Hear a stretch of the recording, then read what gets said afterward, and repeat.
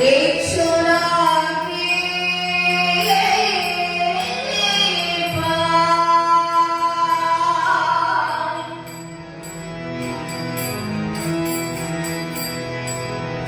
প্রভু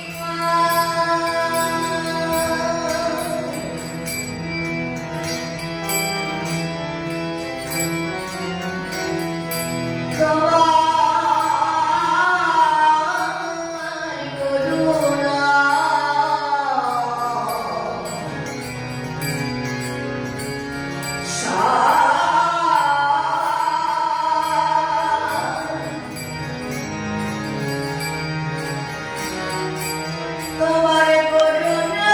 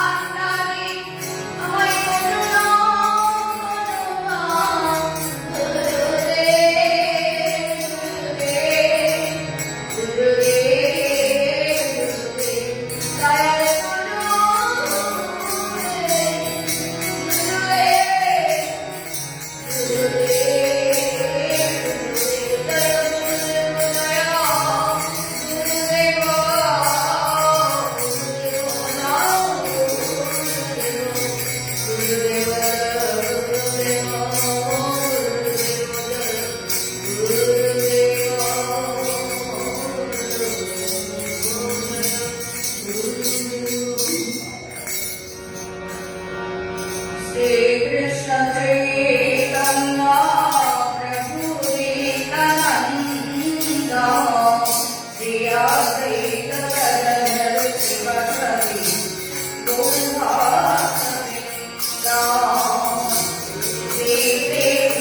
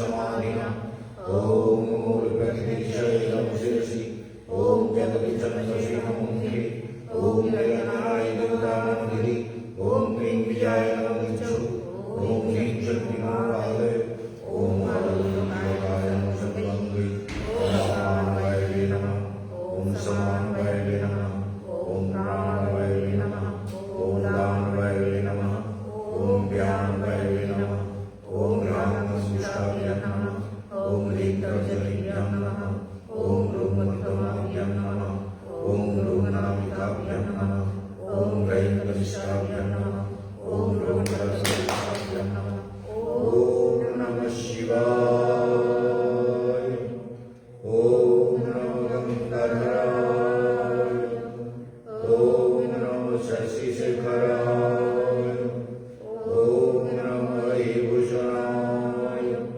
ॐ नमः त्रिलोचनाय ॐ नमः भस्मविलेपनाय ॐ नमो मृत्युञ्जयाय।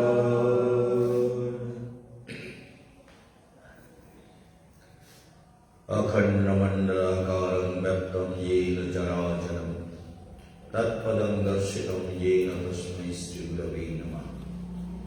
नारायणं नमस्कृत्य नरं चैव नरोत्तमं देवीं सरस्वतीं व्यासं ततो जयमुदीरये। हरे कृष्ण कृष्ण कृष्ण हरे हरे हरे राम राम राम हरे हरे। प्रारंभे श्री गुरुपाद पद्म नित्य लीला प्रविष्ट भक्त हृदय बलदेव गोस्वामी महाराजेर चरण कमल बंदना करी तार हयतुके आशीर्बाद प्रार्थना करी। दूर दूरान्ते यूट्यूबे फेसबुके যারা প্রোগ্রাম দেখছেন এবং যারা আশ্রমে প্রোগ্রামের সঙ্গে জুড়ে আছেন সমস্ত ভক্তবৃন্দ বৈষ্ণব সমাজ বিদ্যুৎ মণ্ডলী মাতৃশক্তি সবাইকে জানাই আমার হার্দিক অভিবাদন।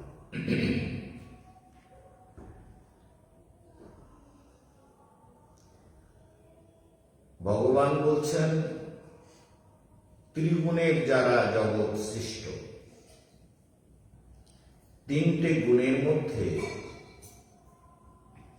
সারা জগৎ তিন গুণের দ্বারা সৃষ্টি হয়েছে।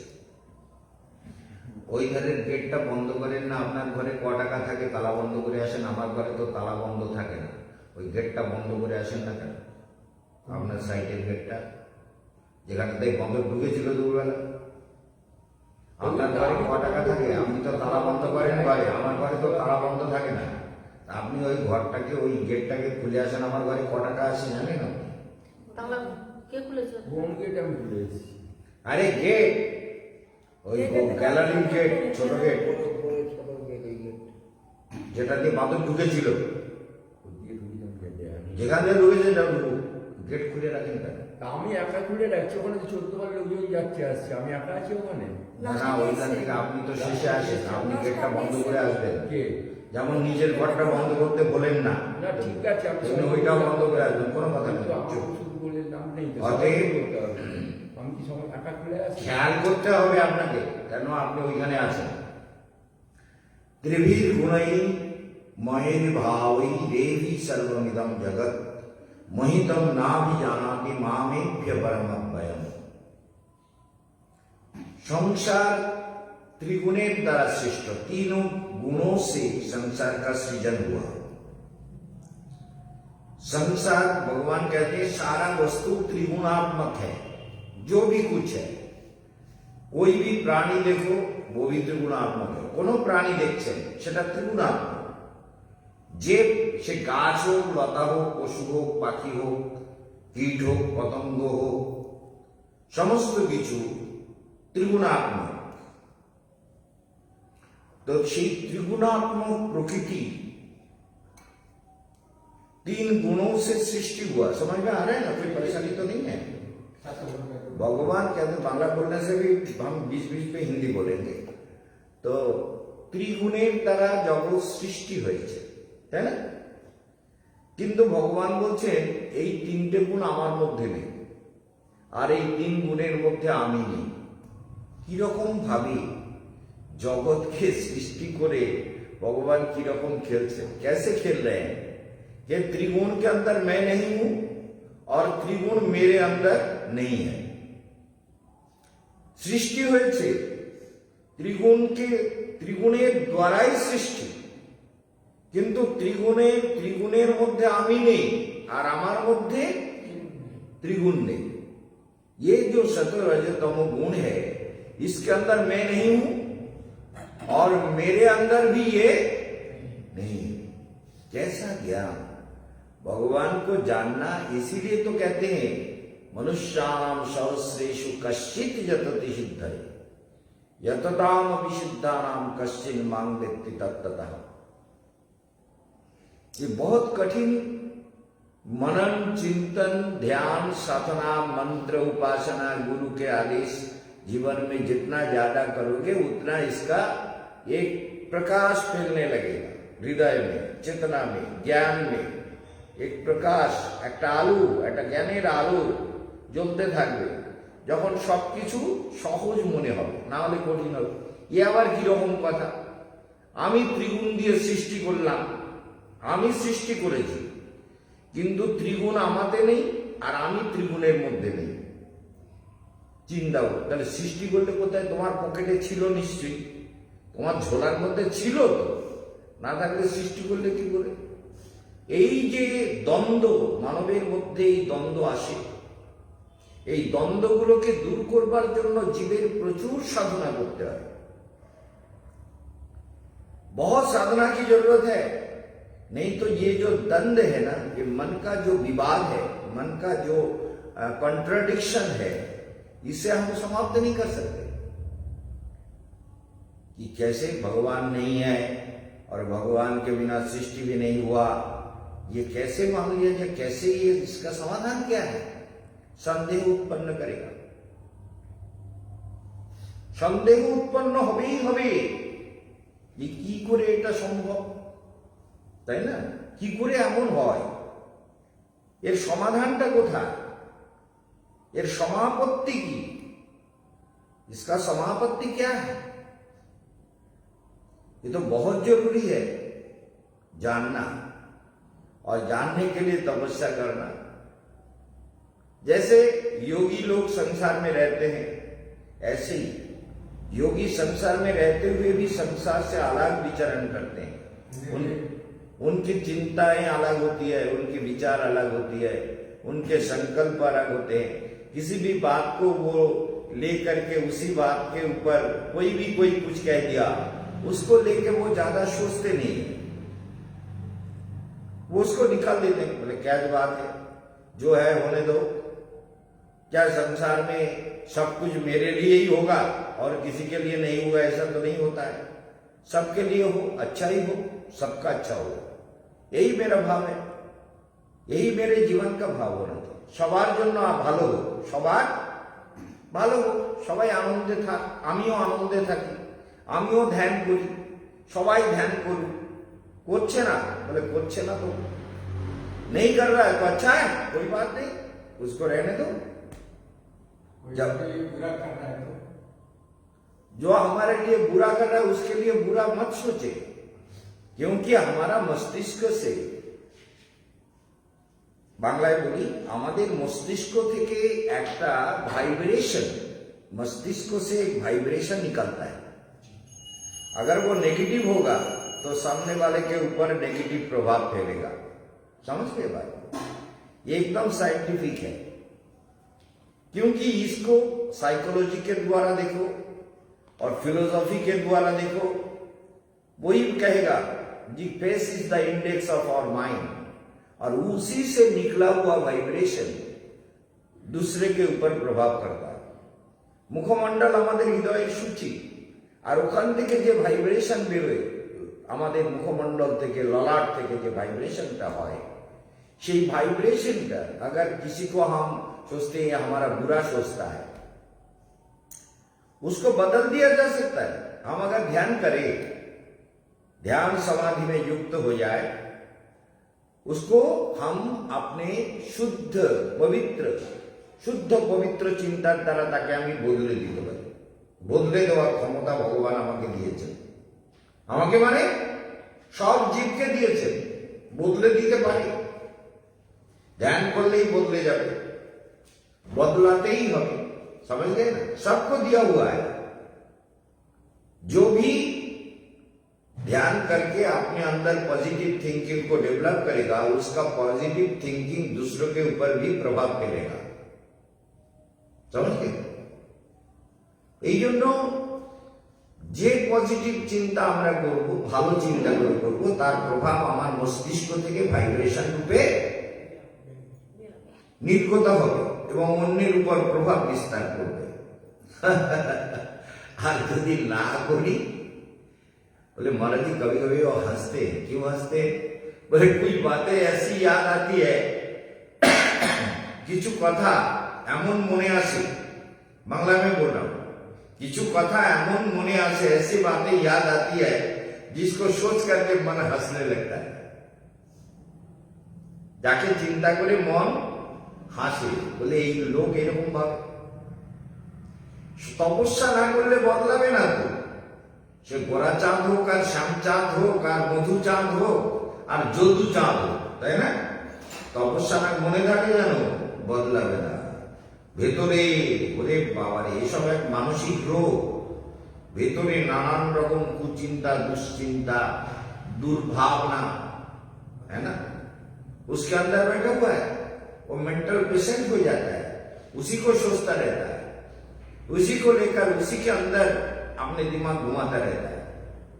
कैसे बदला ले? कैसे बदला ले? तो इस बात को तो बदला क्या, उसको सुंदर बना दे भगवान, वो सुंदर हो जाए। हमको क्यों बदला लेना है? वो सुंदर हो जाए, हम भी सुंदर हो जाए, हमारा जीवन सुंदर हो जाए, हमारा व्यवहार, हमारा संकल्प, हमारी इच्छाएं सब कुछ सुंदर हो जाए। हमारा व्यवहार, इच्छा, मन, भावना, चिंता, चेतना सब सुंदर हो जाए, সেও সুন্দর হয়ে যায়, তাই না?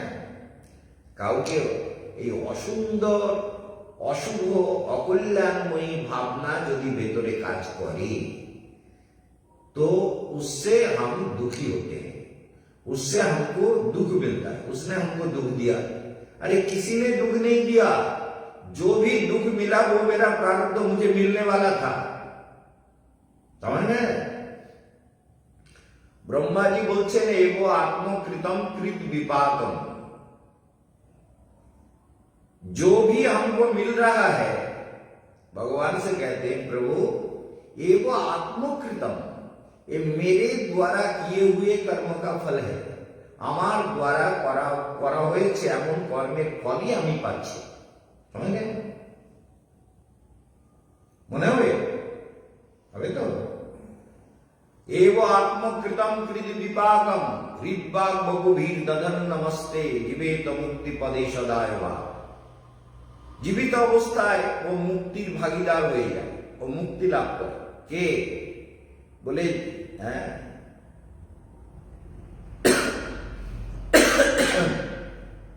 নমন্ত এব জীবন্তি সন্মুখলিতাম ভবদীয় বার্তাম স্থানে স্থিতা স্থিতিগতাং তনুবাং মনোভীর, যে অজিত জিতপ্রসিত স্ত্রী লেখিয়া।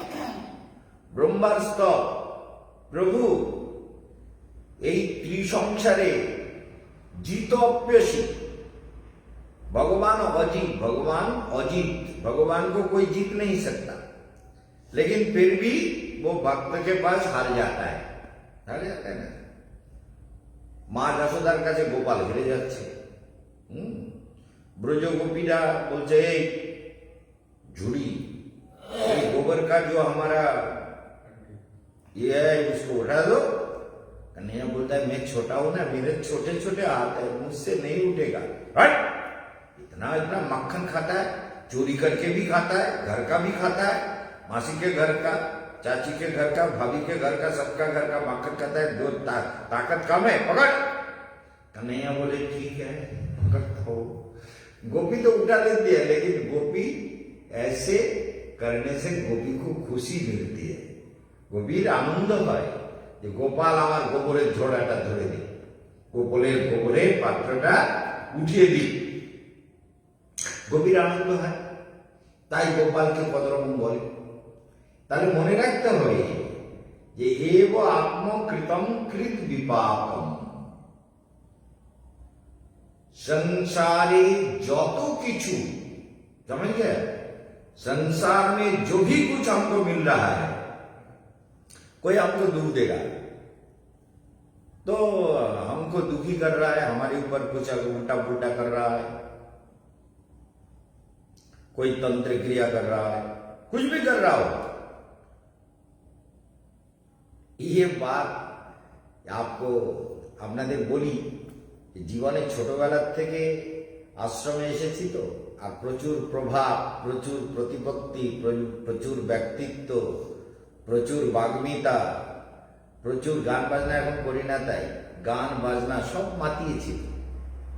যেন কত লোক কত রকম, बहुत से लोगों ने बहुत से तंत्र किया करने का मेरे ऊपर कोशिश किया, मैं जान चुका, फिर भी मैं कहता हूं करो।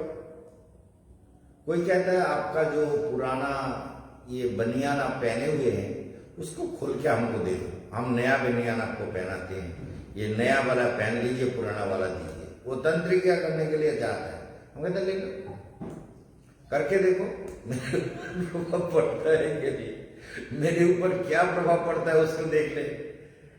ऐसे जीवन में ना जाने कितनी सारी घटनाएं मेरे जीवन में हुई जिसका कोई ठिकाना नहीं है। मेरे जीवन में बचपन में जब आश्रम में आया, बहुत सारे बचपन में बहुत गरीब परिवार में मेरा जन्म हुआ था, तो मुझे बहुत सारे दुख झेलने पड़े। आश्रम में भी आकर बहुत परिश्रम करना पड़ा।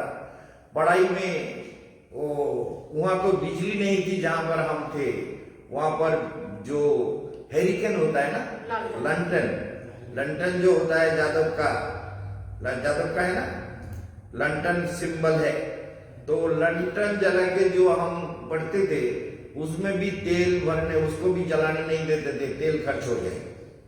ये वृंदावन में पढ़ते थे, भजन कुटीर हमारा गुरु जी का है कालीदह पर, वहां पर भी 9:30 बजे लाइट मेन स्विच ऑफ कर देते थे। हम संस्कृत पढ़ते थे तो पढ़ने के लिए लाइट नहीं मिलता था, तो हम क्या करते थे, वो कालीदह चौराहे पर जो लाइट है वो शिव जी के मंदिर, गुरु जी का मंदिर और शिव जी का मंदिर एकदम चौराहे पर है, शिव जी के मंदिर के ऊपर बैठ करके व्याकरण पढ़ते थे।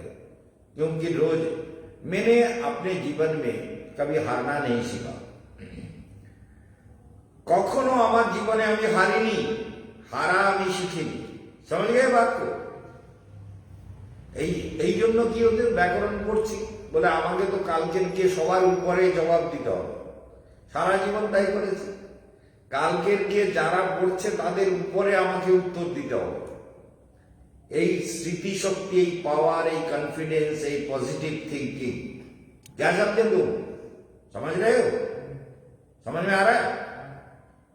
जो भी पढ़ रहा है उस सबके ऊपर में मुझे रहना है, जब भी परीक्षा दे रहा है वो सबके ऊपर मुझे रहना है, और मैं जीवन में हमेशा रहा, कुछ भी हो मैं कभी हारने वाला नहीं। बचपन में बहुत तकलीफ झेले, बहुत दुख हुआ, लेकिन अगर देखते हैं ये वो आत्मकृतम, শাস্ত্রে বলছে যে আমার কৃতকর্মের ফল আমি পাই, কিন্তু সাধুরা মানে, ভালো করে মনে রাখবেন, সাধুরা মানে না তো, সাধুরা বলে ও সবাইকে আমি খুন করে দেবো, আশ্রমে গুরু ভাইকে খুন করে দেওয়ার জন্য তৈরি। হ্যাঁ, ওই সুবল প্রভু বলে একজন ছিল চৈতন্য মঠে, খুব ভালো গান গাইত, খুব মানে সঙ্গীত শিল্পীদের থেকেও মানে খুব সুমিষ্ট গলা ছিল। আর এক হচ্ছে নরনারায়ণ। ব্লুটুথটা পড়ে গেছে নিচে। এই ব্লুটুথ পড়ে যাচ্ছে কেন রে? গেছে। কোথায় পড়ে গেল? ওইখানে তো বুঝেছি। তো দেখা যাচ্ছে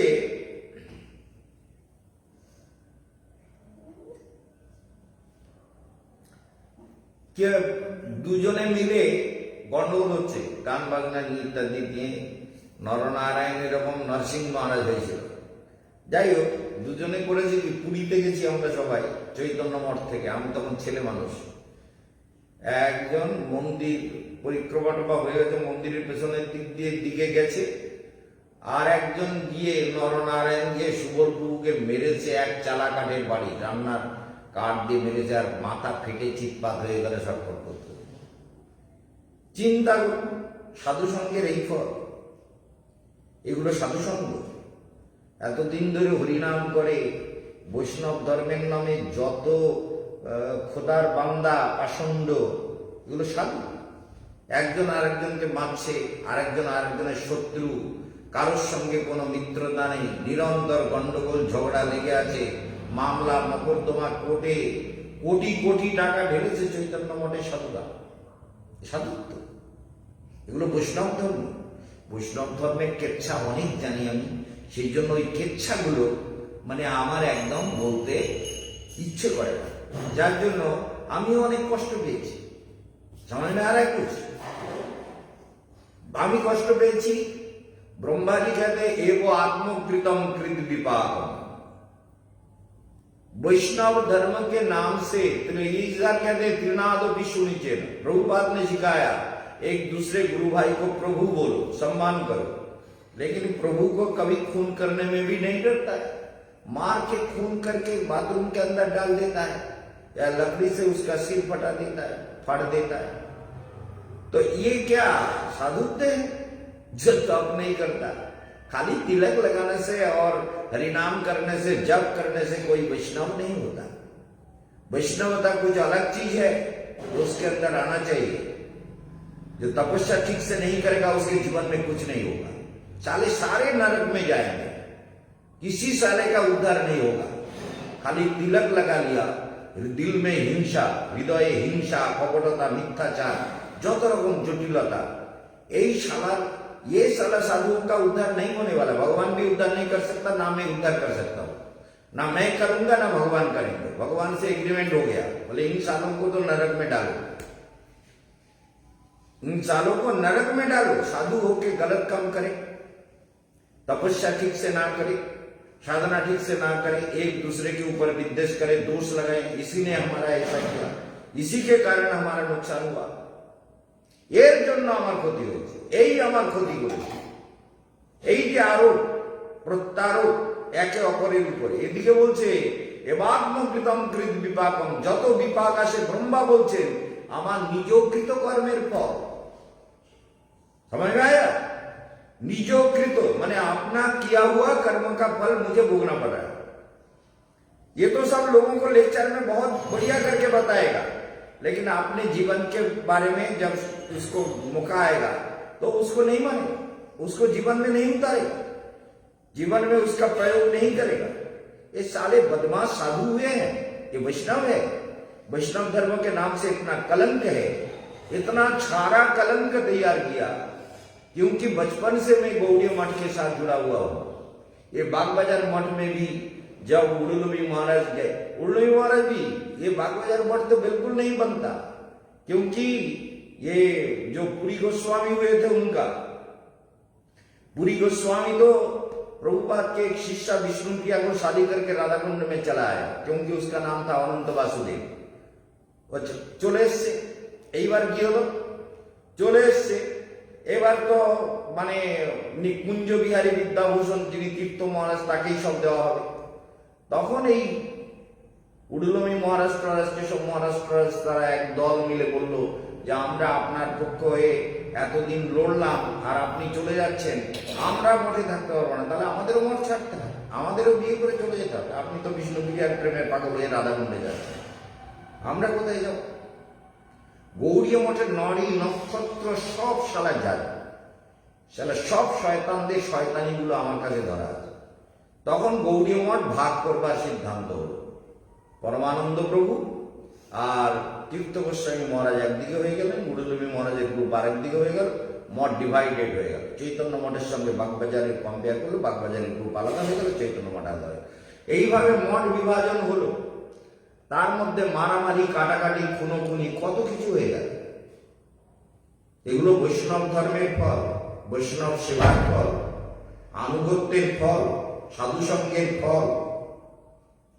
সাধুসঙ্গ করে, বৈষ্ণব ধর্ম করে, হরিকথা বলে, কীর্তন করে, আমরা তো ভোর রাত্রে চৈতন্য মঠে যখন থাকতাম, ভোরবেলা উঠে আমাদের প্রথম কতগুলো আরতি হয়। প্রথম আরতি হয় গৌরকিশোর দাস বাবাজি মহারাজের মন্দিরে, তারপরে আরতি হয় রাধা গোবিন্দ মন্দিরে, তারপরে আরতি হয় তুলসীর ওখানে, ওখান থেকে পরিক্রমা শুরু হয় রাধাকুণ্ডের ওই ধার দিয়ে পরিক্রমা করতে করতে শ্যামকুণ্ড পরিক্রমা করতে করতে প্রভুপাদের মন্দিরে গিয়ে আরতি হয়। প্রভুপাদের মন্দিরে আরতি শেষ করে প্রভুপাদের মন্দির পরিক্রমা করে তারপরে আমরা গেছে তো ওখানে চৈতন্য মঠে গেছে তো প্রভুপাদের মন্দিরে হরিকথা হতো। আমরা ওখানে আমরা সব ছোট ছোট পুচকে ছোটা ব্রহ্মচারীর দল আমরা ওখানে থাকতাম। তাহলে এখন আলোচ্য বিষয় যে আমরা যারা ছোটবেলায় এত কেঁদে কেঁদে ভগবানের জন্য কাঁদলাম, কেঁদে কেঁদে মঠে এলাম, মঠে এসে পুঁদে বাঁশ দিয়ে আকাশে তুলে দিল, এমন করে দিল শ্রদ্ধা ভক্তির 12টা বাজিয়ে দিল। সাধুদের মধ্যে একে অপরের মধ্যে প্রীতি নেই, হিংসা বিদ্বেষ ঝগড়া অশান্তি মারামারি কাটাকাটি, এই তো হলো মঠ, এই তো হলো বৈষ্ণব ধর্ম। বলে সাধু সঙ্গ করলে সব মুক্তি হয়। কি কিসের সাধু? কে সাধু? কোনটা সাধুত্ব অর্জন করেছে? সাধুত্ব কি শিখেছে? কিছু দু একজন বৈষ্ণবকে দেখেছি তারা নির্লিপ্ত থাকতেন, তারা একদম যেমন শ্রমণ গোস্বামী মহারাজ, তিনি কোনো বিবাদের মধ্যে থাকতেন না। তিনি লিখতেন দিনরাত 12টা 1টা 2টো লিখতেন, এমন লিখনিতে ডুবে থাকতেন। এমনকি একদিন রাত্রে ফিনাইল খেয়ে নিয়েছে ওষুধ বলে। স্বরূপ বলে একটা ছেলে সেবা করতো, স্বরূপ কৃষ্ণ ব্রহ্মচারী, ও আর আমরা খোল বাজানো শিখতাম। তা ওই স্বরূপ সেবা করতো, সে স্বরূপ যেতে দেরি করেছে, উনি ওষুধ খাবে মনে করে ফিনাইলের শিশিতে খানিকটা কচিপি ফিনাইল খেয়ে নিয়েছে বলে বল। তারপর গিয়ে দেখে ফিনাইলের গন্ধ বেরোচ্ছে, বমি আসতেছে। কি হলো? কি খেয়েছেন? বলে ওইটা খেলাম তো। হ্যাঁ, মিক্সচার খাওয়ার ওষুধ খাওয়ার কথা, সেই ফিনাইল। আর এই তাড়াতাড়ি দৌড়ো, প্রাচীর টপকে আমি তো দৌড়িয়ে দিয়েছি একদম সোজা ওখানে। এই দীনেশ ডাক্তার ছিল, মানে কি বলে বামুনপুর বাজারের আগে বাঁ দিকে বাড়ি ছিল, এখন আছে কিনা জানি না। তো দীনেশ ডাক্তারের ওখানে গিয়ে ছুটে বলছি, ডাক্তার শিগগির চলুন, সমন মহারাজ ব্যাগটাই নিয়ে দেবো। বলে আরে দাঁড়াও, কি ব্যাপার, কি হয়েছে? বলে সে সমন মহারাজ ফিনাইল খেয়েছে, আপনি শিগগির আসুন। বলে আচ্ছা ঠিক আছে, চ। ডাক্তারও দৌড়াচ্ছে, ডাক্তার খুব ভালোবাসে। এইরকম জীবনভর এই যারা এই শ্রমণ মহারাজকে, তিনি যে সত্যি সাধু তাতে আমার কোনো সন্দেহ নেই, তাকে আমি প্রচুর শ্রদ্ধা করি। এবং সাধু যে নেই তা নয়, অনেকে আছে। কিন্তু এই যে যারা আমরা আশ্রমে এলাম, আমরা যারা ভজন করব বলে এলাম, যারা বাবা মার কাছ থেকে এলাম, আশ্রমে এসে অনেক কাঁদলাম, অনেক ভাবলাম, তা আমাদের জিন্দেগিতে সাধুত্ব ভাবনাটা কেন হলো না? আমি আমাকে বলছি না, আমি আরো সব ব্রহ্মচারীদের বলছি, সাধুত্বটা কেন এলো না? কেন আসেনি? কেন নিজের লাভ, পূজা, প্রতিষ্ঠা, স্বার্থ চরিতার্থ করা, গুরু সেবা বাদ দিয়ে এদিকে ছাড়িয়া বৈষ্ণব সেবা নিস্তার পেয়েছে কে? বা তাহলে বৈষ্ণবটা কি? নিস্তারটা কি? নিস্তারটা কিরম জিনিস? রসগোল্লা যে কিনে খাওয়া যায়, পয়সা দিলে বাজারে মেলে, এরকম নাকি? এই জন্য বাস্তব সত্য হচ্ছে, বৈষ্ণব ধর্মের নামে যত কেচ্ছা কেলেঙ্কারি গৌড়ীয় মঠ করেছে তার কোনো শেষ নেই। পেপারে প্রচুর বেরিয়েছে এই নিয়ে। এই জন্য সবাই অসাধু তা বলছি না, কিন্তু ম্যাক্সিমাম গুলো শয়তান। ম্যাক্সিমাম 90% শয়তানের হাড্ডি, আর 10% আছে কিছু সাধু ভাবনা করায়। সেগুলো কোনো বিবাদের মধ্যে যেতে চায় না, সেগুলো নিজের মতন থাকে। তা 90 জন লোক যদি শয়তান হয়, 10টা লোককে দিয়ে কি করে কি চলবে? কথাটা বুঝেছেন? এই জন্য এব আত্মকৃতম কৃত বিপাকম, এদিকে আমার কৃতকর্মের ফল মানবে কি করে? বোধটাই তো নেই, জ্ঞানটাই তো নেই। एव आत्मकृत मेरे किए हुए कर्म का फल है, इसे समझने के लिए हमें ज्योतिष चक्र का ज्ञान होना बहुत जरूरी है। समझ गए बात को? क्योंकि ज्योतिष चक्र में आने से वो कौन सा समय मेरे लिए दुख का कारण बनेगा, मेरे लिए लिखा हुआ है। ज्योतिष चक्र में लिखते हैं बाल्य कष्टम दिने दिने, बाल्यकाल से मुझे बहुत सारे कष्ट झेलने पड़े, और जब ज्योतिष पढ़ा तब मुझे सेटिस्फेक्शन मिली कि मुझे इतना कष्ट क्यों झेलना पड़ा। क्यों? वो मेरे भाग में था, वो আমার ভাগ্যে লেখা ছিল। এই কষ্টগুলো আমাকে ছোটবেলা ভোগ করতেই হবে। एक बार जल गया, 1 साल तक केले के पत्ते पर नारियल का तेल लगा के उसी के ऊपर लेटा रहा। डॉक्टर के दवा से कुछ नहीं हो रहा था, सारा शरीर सड़ के दुर्गंध निकल रहा था। दुर्गंध, ऐसे सारा शरीर में जले हुए दाग है, आप देखेंगे तो आप भी आश्चर्य हो जाएंगे। 2 बार करके जल गया, कितने बार जल, कितना परेशानी हुई, मरते मरते कितने बार बच गया, कितनी परेशानी हुई। ये सब जीवन दोष देते हैं कि शायद दूसरे ने मुझे दुख दिया। हम अगर ज्योतिष का ज्ञान मुझे नहीं होता तो मैं भी कहता कि इन लोगों के कारण मुझे ये दुख हुआ। बहुत से महाराजों ने मुझे दुख दिया, बहुत से साधुओं ने दुख दिया, तो वह हम भी उनको शत्रु समझते। आपके प्रश्न का उत्तर हो रहा है। आपने कहा ना कि हमसे कोई खराब करता है, कोई खराब किसी से नहीं करता। मेरे साथ जो भी खराब व्यवहार हुआ है, मेरे साथ जो भी किसी ने गलत व्यवहार किया, वो मेरे प्रारब्ध का फल है। समझ गए? अभी भी बहुत से लोग हमको दुश्मन समझ सकते हैं। ये प्रवचन जो सुन रहा है वो लोग भी मुझे दुश्मन समझ सकते हैं। समझ गए ना? सब फेसबुक में लिखता है, जानता है केशवानंद किसी को नहीं छोड़ता, तो इसलिए वो भी हमको दुश्मन समझ सकते हैं। शंकराचार्य कहते हैं, शंकराचार्य बोले ये क्षणमपि सज्जन संगति रेखा भवति भवार्णवतरणे नौका भज गोविंदम गोविंदम भज मूलमते। शंकराचार्य कहते हैं क्षण काल के लिए भी साधु का संग हो जाए तो भव समुद्र पार करने का नाव मिल जाता है, नौका मिल जाता है। तो हम लोग इतने दिन तक साधु संग किए, समझ लीजिए मेरा जीवन का 52, 53, 53 इयर्स साधुओं के संग में ही बीत रहा है। उससे ज्यादा विचार करें तो और ज्यादा। गुरु जी प्रश्न प्रश्न मत कीजिए, पहले जवाब सुन लीजिए। तो इसलिए किए हुए जो कर्म का फल আমরা যেগুলো করেছি তার কর্মের ফল আমাদের ভোগ করতে হয়। এখন যদি তপস্যা করি, যেমন আমি গুরুদেবের আশ্রমে কত কাজ করেছি, আমার সামনে কথা বলার কারোর ক্ষমতা নেই। এই শিলপাড়া ভজন আশ্রম আমি গড়ে তুলেছি, আমি সেখানে ছিলাম, আমি ভিক্ষা করতাম, আমি পরিচালনা করতাম। মহানন্দ মহারাজ আমার নামে মিথ্যা ক্লেম দিয়ে মিটিং ডাকলো, কত ঘটনা মিথ্যা, একদম ডাহা মিথ্যা। মিটিং ডাকিয়েছে আমাকে দিয়ে, লোক ডেকে আনা হয়েছে, মিটিং হচ্ছে, মিটিং এ আমার নামে বলছে গুরুদেবকে এই চিঠি লিখে, এই জন্য গুরুদেব আমাকে এই লিখে, অথচ আমি গুরুদেবকে কোনো চিঠি দিই। বুঝতে পারছেন? একেবারে প্রমাণিত সত্য শাস্ত্রে ব্যাসাসনে বসে মিথ্যে কথা বলার তো দরকার নেই। মহানন্দ মরে পটকে গেছে, পটল তুলেছে, তার নামে বলার দরকার নেই।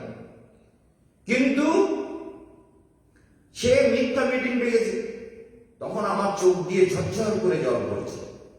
ওর সঙ্গেই প্রথম আমি বৃন্দাবনে এসেছিলাম, চোখ দিয়ে শুধু কান্না পাচ্ছে। আমি বললাম আমি কখন গুরুদেবকে চিঠি লিখলাম? এখন আমাকে যখন ডাকা হলো, আমি যে মিটিংয়ে গুরু ভাইদের বললাম যে আপনারা বলুন তো, আমি তো সবাই ফোন করুন না, কোনোভাবে খোঁজ নিন না, আমি গুরুদেবকে কোনো চিঠি কি লিখেছি? মহারাজ আমার উপরে রাগ করে কালকে রাত্রে খাইনি, আমাকে দিয়ে সব লোককে নিমন্ত্রণ করালো, বড় বড় গুরু ভাইদের মিটিং ডেকে দিল। আমি শুধু কেঁদে যাচ্ছি যে আমি তো জানি না আমি গুরুদেবকে কোনো চিঠি দিইনি, গুরুদেব ওনাকে চিঠি দিয়েছে, উনি সেটা আমার ঘাড়ে চাপাচ্ছেন যে আমি চিঠি দিয়েছি বলে গুরুদেবের নাম লিখেছেন। এটা কি করে হয়? বুঝতে পারবেন? এরকম এগুলো সাধু, এগুলো গুরুদেবের সেবা করেছে, আশ্রমে এসেছে, সাধু হয়েছে, তিলক কেটেছে, হরিনাম করতেছে। আমার সিনিয়র গুরু ভাই আমাকে বৃন্দাবনে নিয়ে এসেছে, বৃন্দাবনে প্রথম উৎসবে এসেছি, তাহলে একে কি সাধু করবো? মিথ্যা। আমাকে তো ডেকে জিজ্ঞেস করতে পারতো, ভাই তুমি কি গুরুদেবকে কোনো চিঠি দিয়েছো? আমি কি উত্তর দিতাম শোনার দরকার ছিল? অপরাধী জানিল না কি দোষ তার, হাইকোর্টে বিচার হইয়া গেল হায়। বুঝতে পারছেন?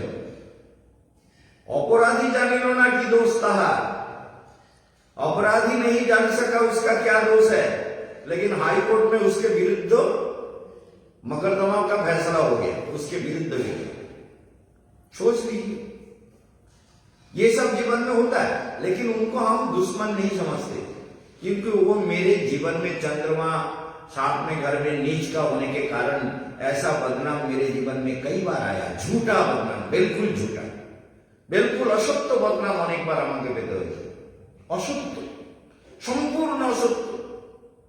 কিন্তু আমি মনে করি এগুলো আমার পাওয়ার কথা, ना पेले अभी केशवानंद, ये अगर हमको नहीं मिलता तो हम केशवानंद भी नहीं बन पाते। क्योंकि जो लड़ेगा, लड़के पॉजिटिव थिंकिंग के साथ जो जीवन में आगे बढ़ेगा, वो सारे दुखों को जय कर लेगा, सारे क्लेशों से मुक्ति पालेगा, समस्त क्लेश दुख वेदना থেকে मुक्ति पावे। क्या प्रश्न है आपका? ये जो बताया मुझे कि 90% जो साधु हैं दूसरों को कष्ट दे रहे हैं, तो उनका तो प्रारब्ध नहीं रहा है, लेकिन अब अपना कर्म बिगाड़ रहे हैं ना।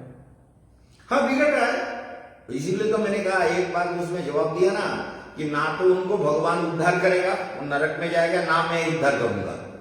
मैं अपने ऊपर भी ले लिया ना, जवाब तो यही दिया कि ना तो भगवान को उद्धार करने दूंगा, ना मैं खुद उनका उद्धार करूंगा।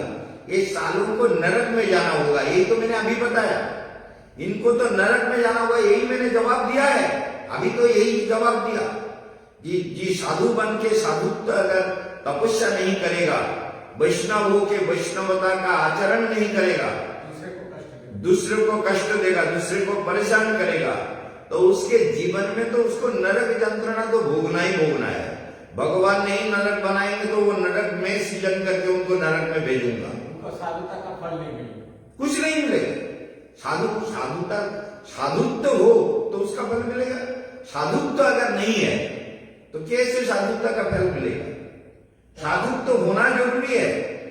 पहाड़ पे जाकर साधना भी कर रहे हैं, दूसरे को कष्ट भी दे रहे हैं। नहीं, पहाड़ में जाके साधना कर रहा है, वो किस भावना से साधना कर रहा है, यही सबसे बड़ी बात है। इस बात को आपको ध्यान में रखना है, किसी का दोष नहीं देखना है। पहाड़ में जो जाके साधना गलत भावना लेकर साधना कर रहा है, वो अपना जीवन को बिगड़ रहा है, उससे आपको क्या लेना देना है? आपको तो अपना साधना को देखना है कि मुझे अपना भजन करना है। हमें कष्ट दे रहा है तो नहीं, हमें कष्ट दे रहा है तो हमको कहना चाहिए प्रभु इस कष्ट से मुझे मुक्त कर दो, और उनके ऊपर मेरा कोई विद्वेष भाव ना हो।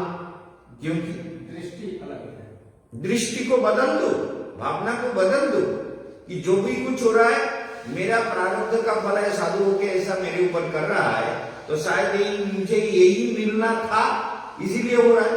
साधुओं ने मेरे ऊपर, अभी हमने एक गुरु भाई के बारे में बताया कि उसने मीटिंग बुलाया, सारे बड़े बड़े गुरु भाइयों को बुलाया कलकत्ता में, और मेरे बारे में सारा दोष उन्होंने निकाला। मैं बहुत रो रहा था, समझ में नहीं आया, अभी मैं बोल रहा था, मेरा ही दोष बोल रहा था। गुरुजी उसको सुन लीजिए, ढंग से बात को, वो रात को खाना नहीं खाया। हमने भी उनको बुलाया, महाराज जी चलिए प्रसाद पाइए, वो प्रसाद नहीं पाया, रात को ऐसे ही लेटा रहा। ध्यान से सुनिए, अभी बोल रहा था इस बात को, आपके समझ में नहीं आया, बांग्ला में बोला। उसका नाम मोहनानंद महाराज है, उन्हीं के साथ में पहले वृंदावन में आया था। अभी वो मर गया, कहाँ गया, नरक गया, सरक गया, वो जानता है वो कहाँ गया। लेकिन उसने क्या किया, मैंने कहा बेसासर में बैठ करके मैं बता रहा हूं कि उसने सुबह कहा कि तुम जाके इसी आदमी को बुला लो, ये मतलब कई जगह से सब गुरु भाइयों को बुलाने के लिए। एक दलित कृष्ण नाम का लड़का था, काल भी उसका नाम ले रहा था, और मुझे सब जगह निमंत्रण करने के लिए बोला कि 4 बजे मीटिंग है, सुबह जाके तुम लोग सबको निमंत्रण करके आओ कि 4 बजे महाराज जी ने मीटिंग बुलाया। तो वर्किंग कमेटी का जितने मेंबर थे और विशेष गुरु भाई थे, सबको निमंत्रण करने के लिए मैं जाके सबको निमंत्रण किया। मेरे मन में तो कोई दीदा नहीं है, सबको बुलाया कि महाराज जी ने कहा 4 बजे मीटिंग है, आप लोग आ जाइए। बोले ठीक है। तो मीटिंग में सारे लोग आए। तो मीटिंग में क्या मीटिंग हो रहा है, मुझे बुलाया नहीं गया, फिर भी मैं वहां देखा कि मीटिंग हो रहा है, चलो क्या आश्रम का क्या बात हो रहा है देखे। तो वहां मेरे बारे में कहा जा रहा है कि मैं यहां नहीं रहूंगा, मैं ये मठ का संचालन नहीं करूंगा। मैं उस समय बहुत छोटा था, कम उम्र का था, लेकिन वहां कलेक्शन करके आश्रम का परिचालना मैं ही करता था। उस बात को सोचेंगे तो गुस्सा आएगा, नहीं रहूंगा। बोले क्यों? बोले केशवानंद महाराज जो है गुरुजी के पास चिट्ठी लिखता है, और चिट्ठी लिखता है और गुरुजी हमको कहते हैं केशवानंद बहुत बड़ा वक्ता है, क्या उनको तुम जो रोज भागवत का पाठ करते हो पहले 10-15 मिनट उनको प्रवचन करने के लिए देना, ये गुरुजी ने कहा। तो नहीं दिया। कई बार हर जो भी चिट्ठी गुरुजी से आता है उसमें मेरे बारे में कुछ ना कुछ लिखते रहते हैं। तो उसको एक बार तो हम केशवानंद के बारे में लिखते हैं तो तुमने उसके बारे में कोई जवाब नहीं देता, समझ में बुझते पाরছো না কি বুঝতে পেরেছেন কি বলছে? কেশবানন্দ সম্পর্কে আমি প্রত্যেক পত্রে লিখি যে ওকে কিছুক্ষণ लेक्चर देते देते कुछ देर उनको प्रवचन करने के लिए देना। तो तुम जितने भी लेटर लिखते हो उस लेटर में उस शब्द का कोई उत्तर नहीं मिलता, समझ में आया आपको? कुछ शब्द उस शब्द का जो केशवानंद के बारे में लिखता हूं उसका कोई जवाब नहीं मिलता। क्या बात है? इसी से वो गुस्सा हो गया। वो गुरु भाइयों को मीटिंग में बुलाकर बोलने लगे कि केशवानंद महाराज ने मेरे बारे में गुरु जी के ऐसे फोन मतलब चिट्ठी लिखा, तभी तो गुरु जी ने ऐसा लिखा, समझ गए ना? वो अपने मन से अरे हमसे पूछ लेते कि महाराज तुमने क्या चिट्ठी लिखा था या लिखा था या नहीं। मैं चिट्ठी लिखने में मुझे बहुत आलस्य है। मैं चिट्ठी बहुत कम लिखता था, बहुत कम, कभी रेयर। गुरु जी को भी बहुत कम लिखता था, बहुत जरूरत पड़ने पर लिखता था, नहीं तो कभी नहीं लिखता। मैंने चिट्ठी दिया ही नहीं तो मेरे आंखों से आंसू बहने लगा, मैं रोने लगा। अभी बोल रहा था, आपको समझ में नहीं आया? बहुत रोया, मैं बात ही नहीं कर पा रहा था, मेरा कंठ बंद हो रहा था।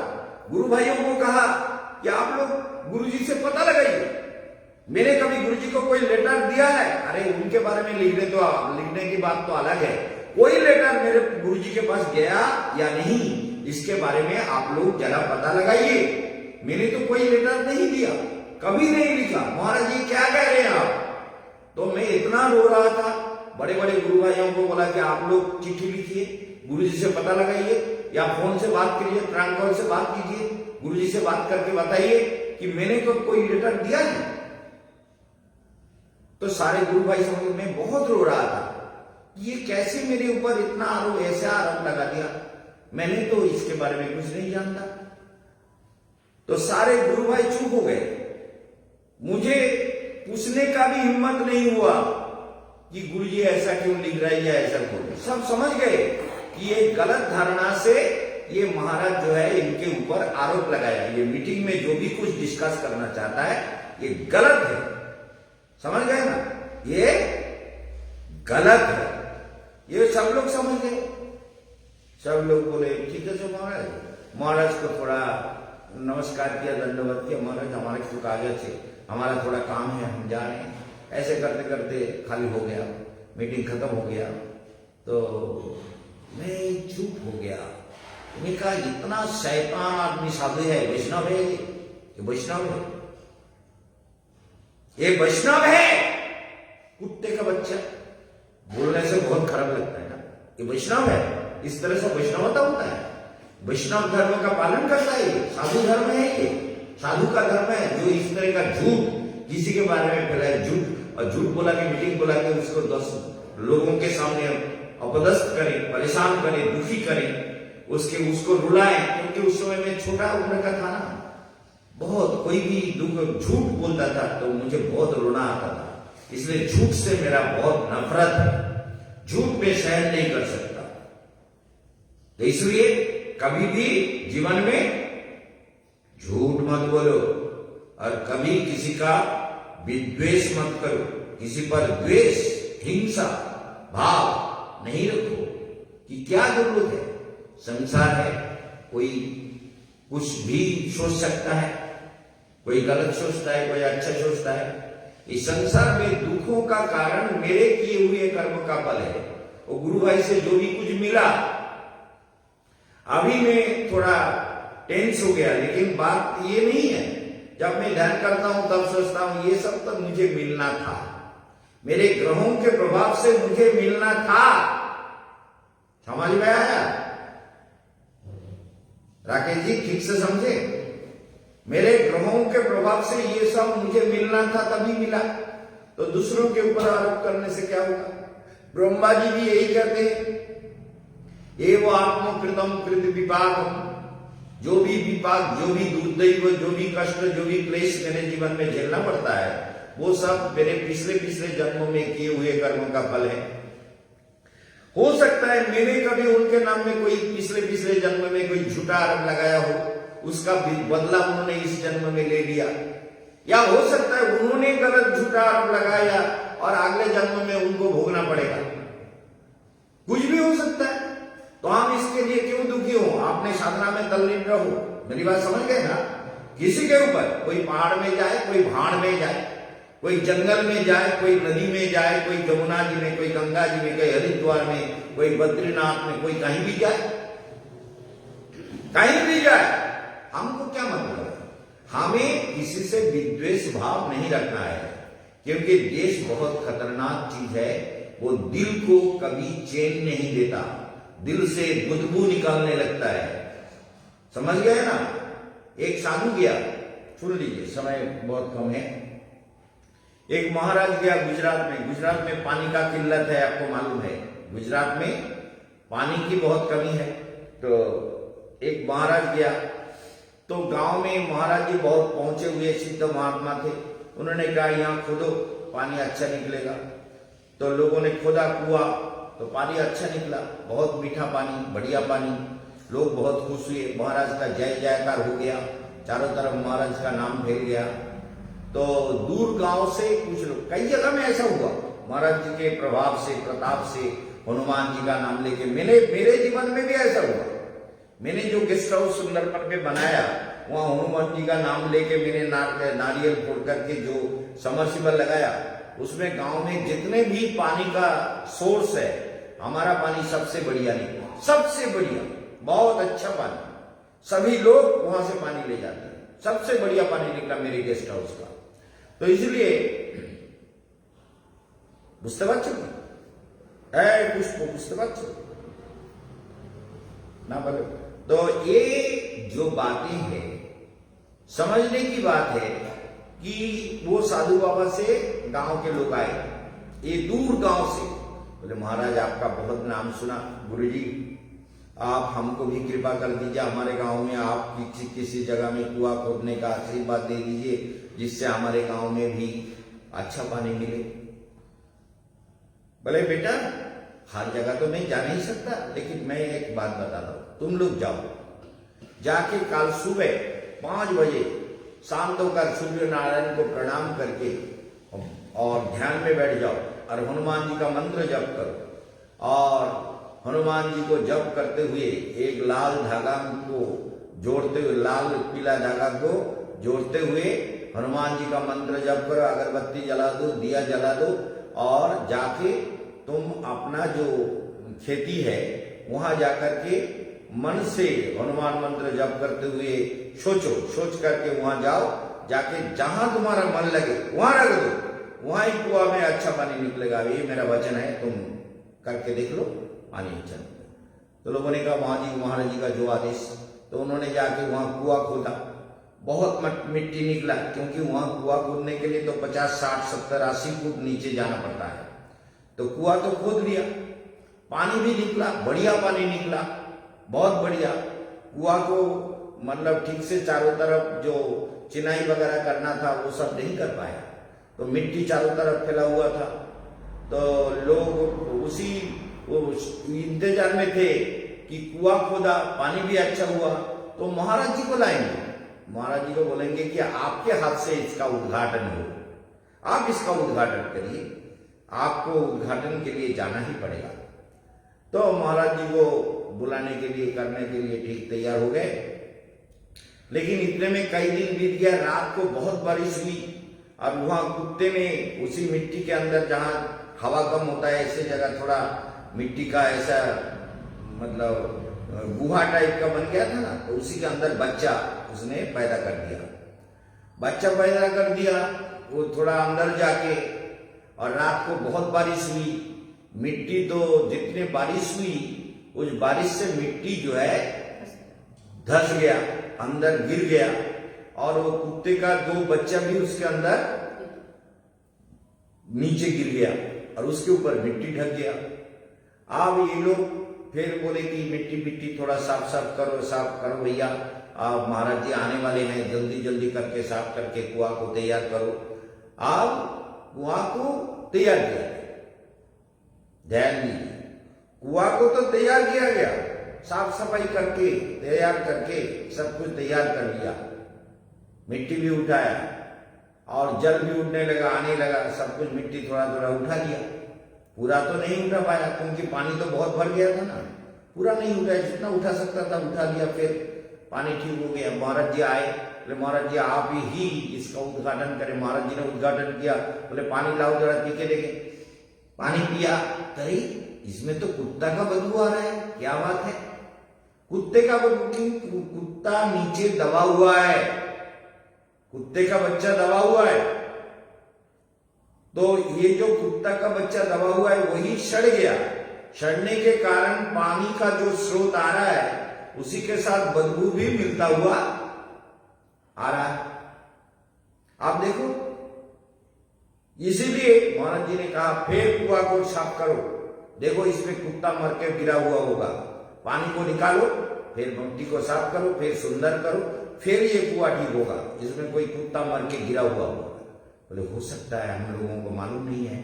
फिर पर साफ किया तो ठीक हो गया। तो इसी तरह ये कुत्ता जो है ना, हमारे दिल के कुएं में एक कुत्ता, एक कुत्ते का बच्चा हिंसा और द्वेष, हिंसा और द्वेष रूपी कुत्ता जो दबा हुआ है ना, वो सारे भावना को बदबूदार कर देता है। मेरे समझ गए बात को?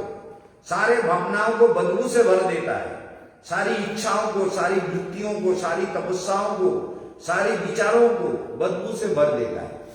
इसलिए साधु होके साधु नहीं हो पाता, गृहस्थ भजन करना चाहता है वो भी नहीं कर पाता। सब सारे एक समान है, सबका जीवन ऐसा ही है। अध्यात्म विद्या पाने के लिए कोई भी तैयार नहीं है, कोई अपने दिल को साफ नहीं करता। वो कुएं को आधा साफ कर दोगे तो वो कुत्ते का बदबू तो आएगा ही, नीचे से आता रहेगा। समझ गए ना? इसलिए दिल को पूरा साफ करना है, किसी से हिंसा नहीं रखना। कोई खराब कर रहा है करने दो, जो खराब करेगा उसका भी खराब होगा। यही तो सत्य है, यही तो शास्त्र है, यही तो तपस्या, यही तो वेद वेदांत का वचन है। जो खराब करेगा वो उसका फल भुगतेगा। हम किसी का खराब नहीं करेंगे, सबका अच्छा चाहेंगे भगवान से और खुद अच्छे बनेंगे तो हमारा जीवन सुंदर होगा। किसी से ना द्वेष, ना हिंसा, ना किसी के लिए हमारे लिए कोई कपट भाव, कुछ भी नहीं। शुद्ध सुंदर जीवन तैयार हो जाए। समझे आकाश? समझ गए? गुरुजी, जब कोई इस तरीके का गलत करता है या कोई भावनात्मक से ठेस पहुंचाता है या शारीरिक रूप से भी ठेस पहुंचाता है तो उस समय तो भोगना पड़ता है वो तकलीफ। उसको तो भोगना ही पड़ेगा। खुद तुम उससे अलग हो जाओ, तुम अपने दिल को सुंदर बना लो।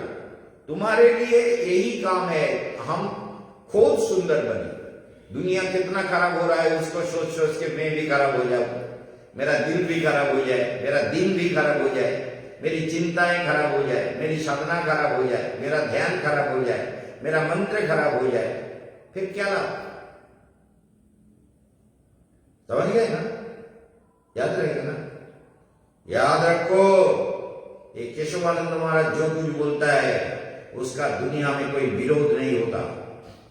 ये शास्त्र प्रमाणित सत्य है। इसलिए भगवान कहते हैं ये सत्य रजो तमो का प्रभाव है। त्रिभी गुणै मयर भावै देवी सर्वमिदं जगत महितम नाभि जानाति मामेभ्य परम भयम। भगवान कहते हैं मैं अव्यय हूं, मेरा कोई व्यय नहीं होता है ना। हमारा शरीर जो हमको मां से मिला वो धीरे धीरे प्रौढ़ावस्था के बाद क्या होता है? व्यय होता है। दांत टूटने लगता है, बाल सफेद होने लगता है, शरीर में कमजोरी आने लगता है, हाथ कमजोर हो जाता है, ताकत कमजोर होता है, हाथ में शक्ति कम होती है, पैर में शक्ति। इसलिए योग के द्वारा इसको बैलेंस करना बहुत जरूरी है। लेकिन भगवान अव्यय है, अच्युत है, अनंत है, असीम है, उनका कोई व्यय नहीं होता। समझ गए ना? तो इसलिए महितम ना भी जाना, ये माया मोह के कारण तीन गुणों से प्रभावित जीव मुझे जान नहीं पाता। मैं जो सबसे अलग हूं, इससे ये बात उसके दिमाग में आता नहीं है, वो समझ में नहीं पाता। वो विवाद, दुख, उद्वेग, अशांति आदि से जुड़ा हुआ है। इसलिए ये जीवन का यही विशेषताएं हैं। इसलिए हमको अपने जीवन को सुंदर बनाने को संकल्प करना चाहिए। आज तो मैंने कुछ बोल दिया, लेकिन यदि साधु संग, क्षण मात्र साधु संग करने से अगर जीव का कल्याण होता है तो सालों साल साधुओं के पास रह के क्यों नहीं भावना बदलती, क्यों नहीं चिंता बदलती? मंदिर में जाके क्यों पूजा करते हो, पूजा करने से भावना क्यों नहीं बदलती? साधु बन के आश्रम में रहते हो, क्यों चिंता नहीं बदलती? गुरु को भी मारने को सोचते हो। वृंदावन में गुड़िया बाबा थे, बहुत सिद्ध महात्मा थे, नीचे तरफ देख के चलते थे। स्टेज में ऐसे बैठे थे गुरुजी, वो जाके चला एकदम वहां सबके सामने काट दिया गुरु को। और शिष्यों ने उसे भी, वहां भी शिष्यों ने उसको भी मार डाला। लेकिन चेला कैसा था, दूसरे गुरु भाई को दे देगा। इसलिए उड़िया बाबा जैसे महापुरुष को, उड़िया बाबा का एक दृष्टांत है। ये देखो, हीरा को किसी भी अस्त्र से नहीं काटा जाता। हीरे को, समझ गए, हीरे को हीरा ही काटता है। ये उड़िया बाबा का एक विख्यात उपदेश है। हीरा को हीरा ही काट सकता है और किसी भी अस्त्र शस्त्र से उसको नहीं काट सकते। समझ लीजिए। तो हीरा से हीरा काटा जाता है। उसी प्रकार संसार में जो आसक्ति है, उसे अगर भगवान के चरण में आसक्ति हो जाए और सात्विक सत्य साधु सदगुरु के चरण में आसक्ति हो जाए तो जीव का संसार बंधन कट जाता है, छिन्न हो जाता है। तो इसीलिए गुड़िया बाबा को शिष्य ने काट डाला।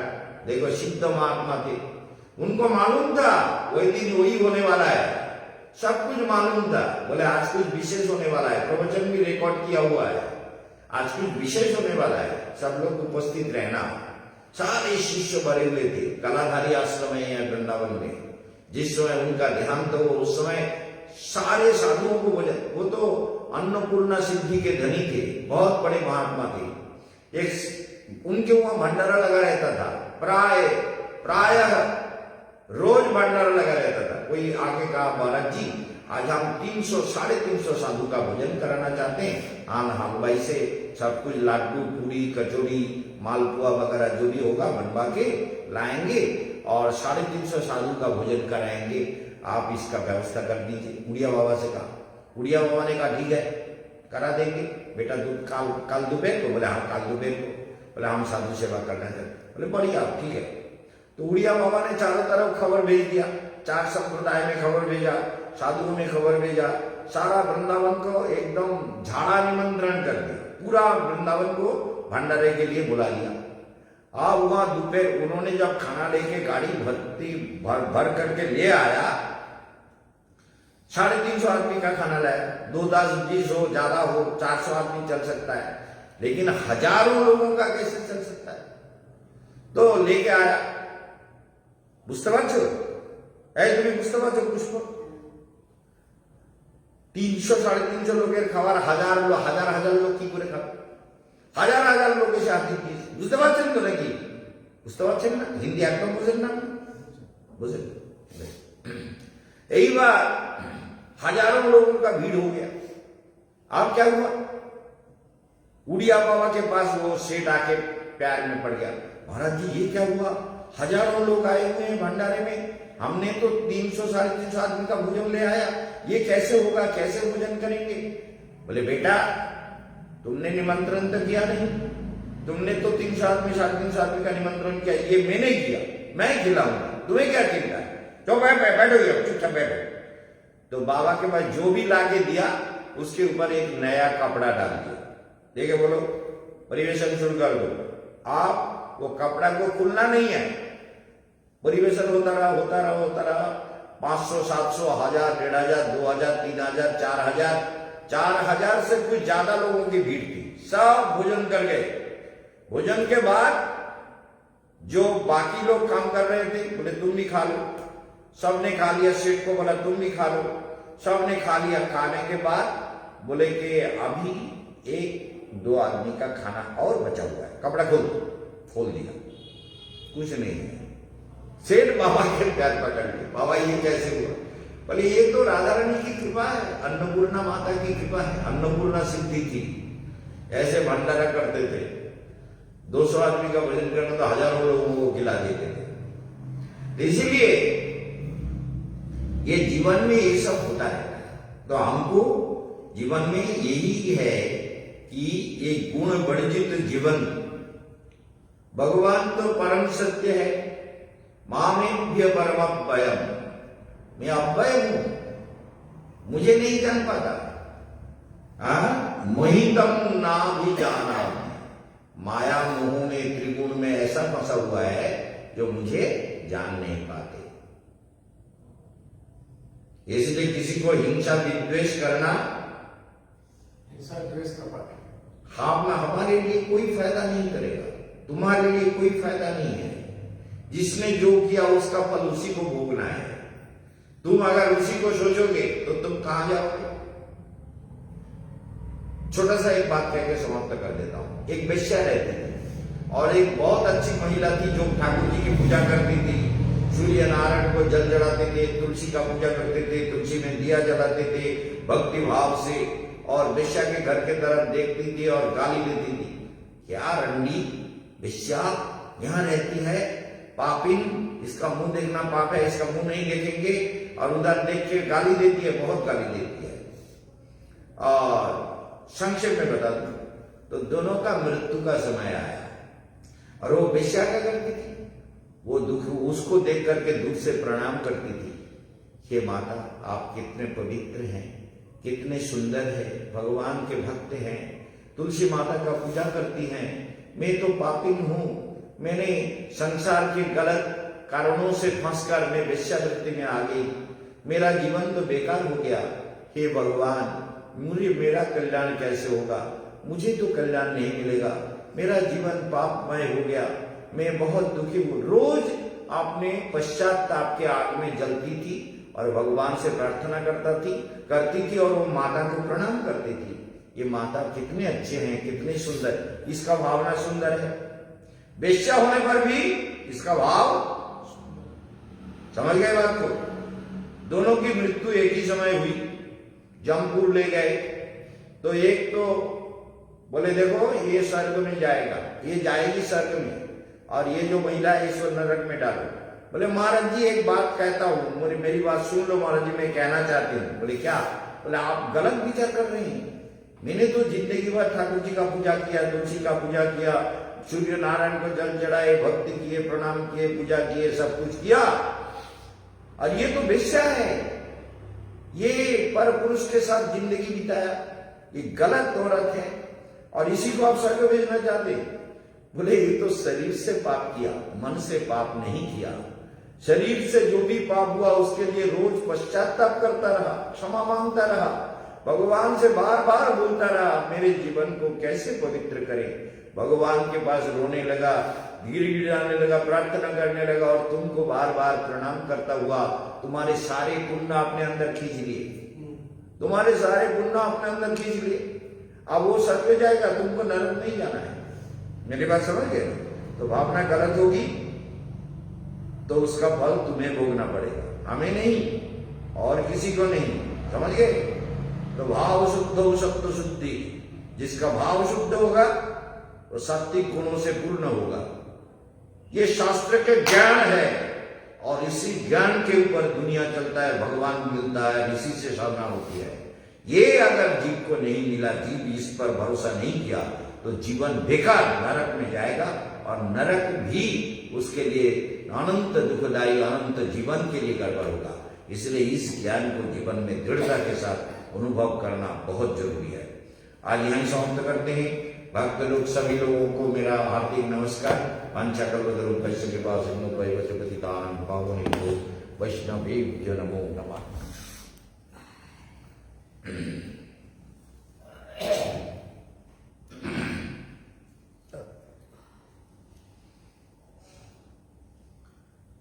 मूलाधार चक्र में मृत्युंजय को ध्यान करते हुए, मूलाधार चक्र में मृत्युंजय ज्योतिर्मय प्रकाश के अंदर मृत्युंजय है, जहाँ सहस्रदल कमल রয়েছে সেখানে মৃত্যুঞ্জয় আছে। তুমি সেই মৃত্যুঞ্জয়কে ধ্যান করে গভীর মন দ্বারা ওম ত্রয়ম্বকম যজামহে সুগন্ধিম পুষ্টিবর্ধনম উর্বারুকমিব বন্ধনান মৃত্যুর্মুক্ষীয়মামৃতাৎ। ওম নমো মৃত্যুঞ্জয়ায়। আর ভস্ত্রিকা প্রাণায়াম।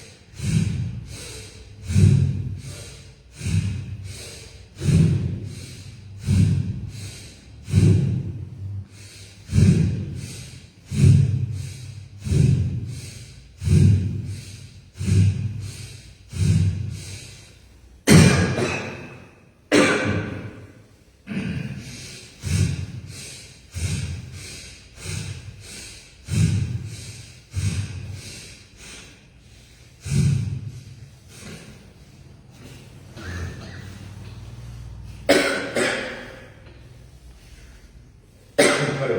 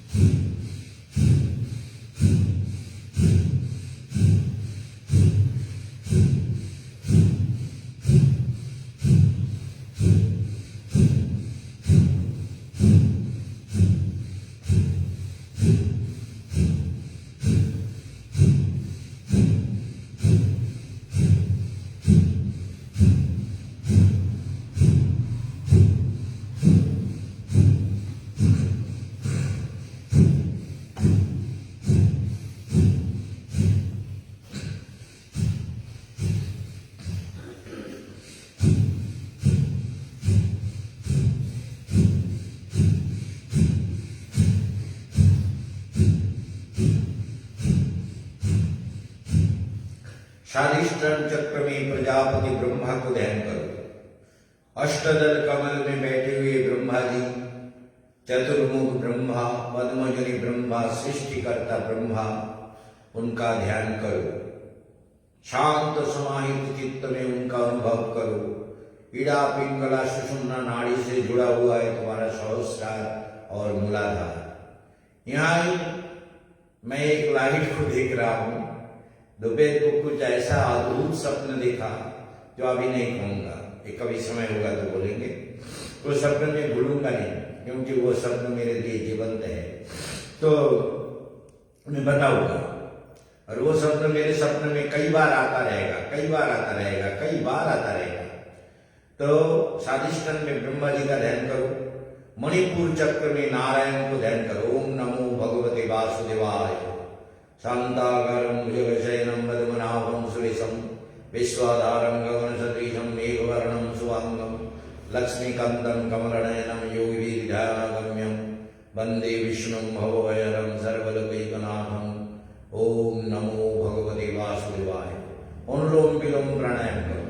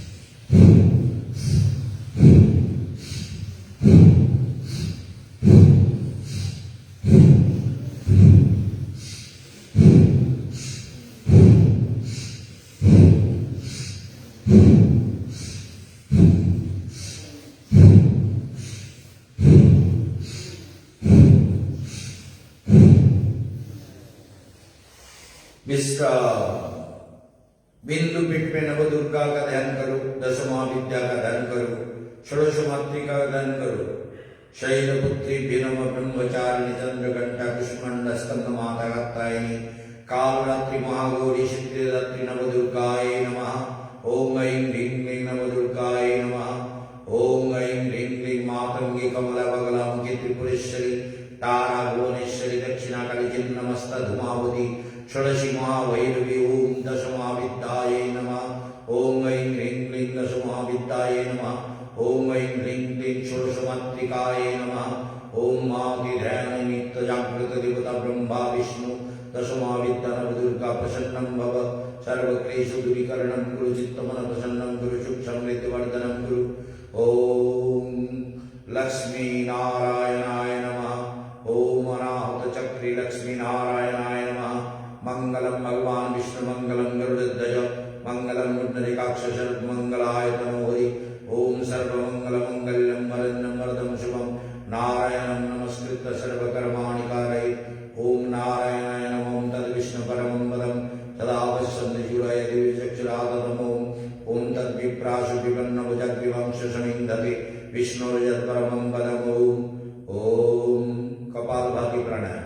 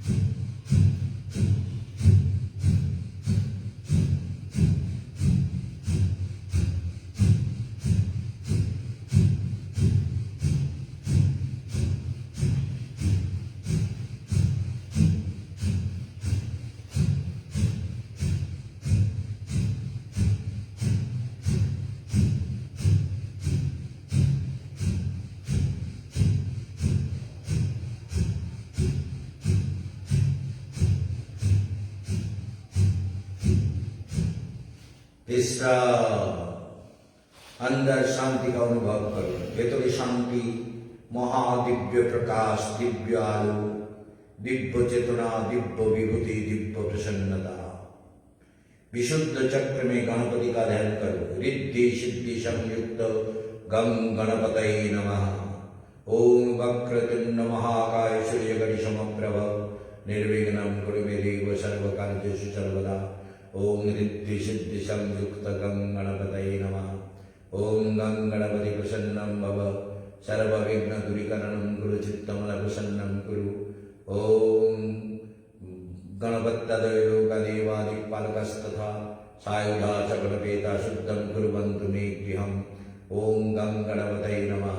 ओम गणपति प्रसन्नं भव सर्वक्लेश दूरीकरणं कुरु पूर्ण प्रसन्नता प्रदानं कुरु दिव्य शक्ति प्रदानं कुरु विभूति प्रदानं कुरु। आज्ञा चक्रे राधा कृष्णाय नमः। राधा माधवाय नमः। राधा गोविंदाय नमः। राधा गोपीनाथाय नमः। राधा रमणाय नमः। राधा गोकुलानंदाय नमः। राधा निधुवनचारिणे नमः। राधा गिरिधारिणे नमः। राधा श्याम सुंदराय नमः। राधा चंद्रशेखराय नमः। राधा वृंदावन चंद्राय नमः। राधा मधुवराय नमः। राधा दामोदराय नमः। राधा वंक विहारिणे नमः। राधा वल्लभाय नमः। राधा मधुवराय नमः। राधा मदन मोहनाय नमः। राधा निकुंज विहारिणे नमः। राधा श्री कृष्णाय नमः। माम आराध्य देवता नित्य ध्यान जागृत देवता प्रसन्नं भव। दक्षिण ललाटि रामचंद्राय नमः। वाम ललाटि हनुमंताय नमः। ओम हनुमन्तं प्रसन्नं भव सुख समृद्धिवर्धनं कुरु चित्तमन प्रसन्नं कुरु। ओम हनुमन्ताय नमः। ओम सहस्रारे जगदम्बाय नमः। दायि जगदम्बे जगत्कल्याणि जगन्माता प्रसन्नं भव चित्तमन प्रसन्नं कुरु सुख समृद्धिवर्धनं कुरु। ओम जगदम्बे जगत्कल्याणि जगन्मातृका प्रसन्नं भव सुख समृद्धिवर्धनं कुरु। ओम जगन्माताय नमः। ओम ब्रह्मा विष्णु महेश्वराय नमः। वाम भागे महालक्ष्मी जगत कल्याणी जगन्माता धनदायिनी महाशक्ति महालक्ष्मी नमः। दक्षिण भागे सरस्वत्यै नमः। विद्यादायिनी विनापनि महाशक्ति रूपा जगन्माति जगज्जननी प्रसन्नं भव सर्वक्लेशमुक्तं कुरु। ओम सरस्वत्यै नमः। विश्वदेवाय नमः। भुवलोकाय नमः। भूतप्रेत पिशाचक्षरक्ष किन्नर गंधर्व डाकिनी शकिनी जोगिनी बिरिलापायिनी पाशहस्ता दंडहस्ताय नमः। ओम जक्षरक्ष किन्नर गंधर्वाय नमः। सर्वे देवीभ्यो नमः। सर्वाद्य देवीभ्यो नमः। ओम नवदुर्गा नवग्रहाय नमः। ग्रहदेवताय नमः। ग्रहदेवीभ्यो नमः। अतल वितल सुतल तलतल महातल प्रसतल पातालादि सप्त निम्न लोकाय नमः। ओम कुल कुलस्थ क्रतु देवोंगिरा वशिष्ठ जमदग्नि आदि सप्त ऋषय नमः। ओम महर्लोकाय नमः। ऋषिलोकाय नमः। सनत सनातन सनंदन सनत कुमाराय नमः। ब्रह्मलोकाय नमः। ओम उज्जाहि प्राणायाम कुरु।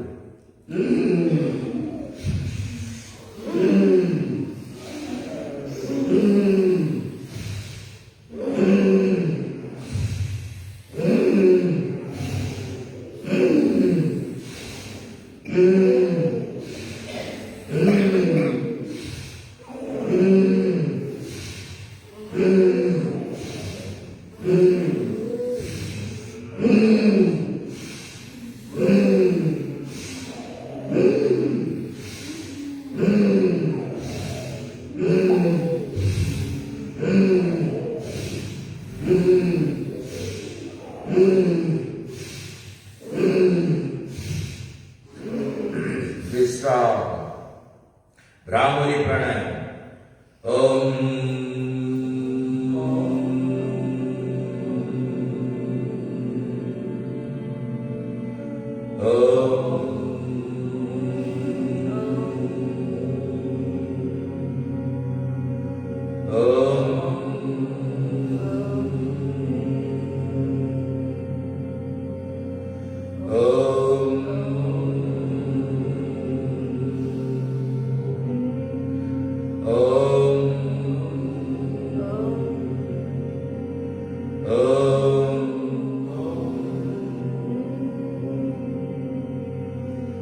ओम सेनावतु सनो वनक्तु शवीर्य गर्वावहि कृष्णावतीतमस्तु मा विद्विषावहि ओम सतो मा सतमय तमसो मा ज्योतिर्मय मृत्युर्मय। ओम सर्वे भवन्तु सुखिनः सर्वे सन्तु निरामय सर्वे भद्राणि पश्यन्तु मा कश्चित् दुःखभाग् भवेत्। शांति शांति शांति। जो मेरे कहे हुए विधान के अनुसार ध्यान करेगा उसके अंदर प्रकाश का खेल शुरू हो जाएगा।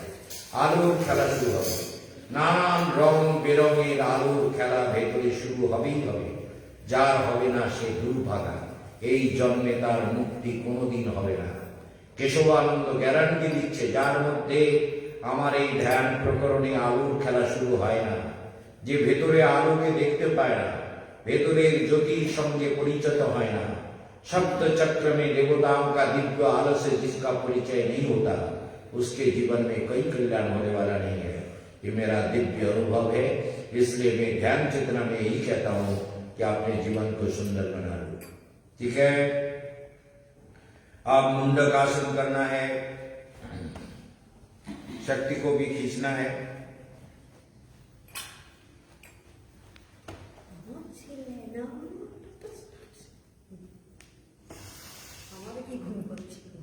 বাহ, পরিক্রমা করে না আমাদের রান্নাঘরে চলে গেছে এটা করতে। টাকা ঘুম পড়েছিল, আমাদের ঘুমিয়েছিল খানিকক্ষণ। একটু ঝিমুনি পায়। অন্তর চেতনায় ঘুমোচ্ছে।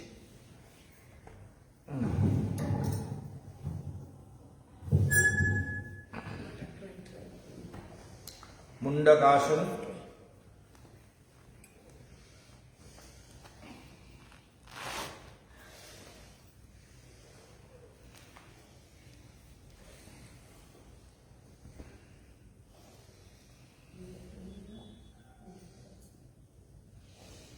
ज्यादा झुकूंगा नहीं, मेरे कमर में थोड़ा स्पॉन्डिलोसिस का प्रॉब्लम है।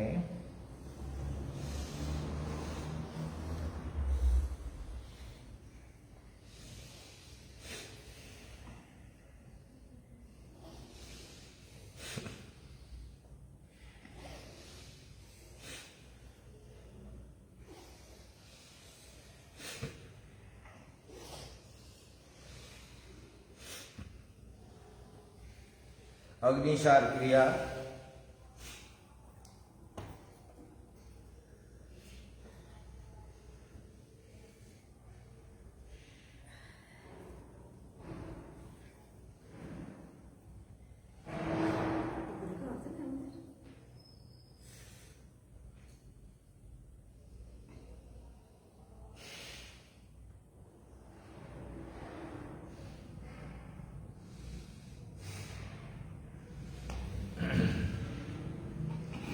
एक बार और एक बार।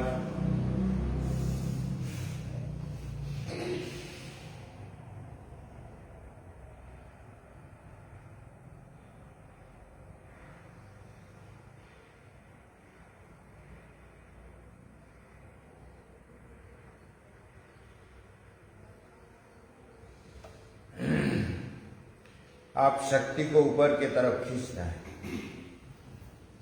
शांत हो जाओ,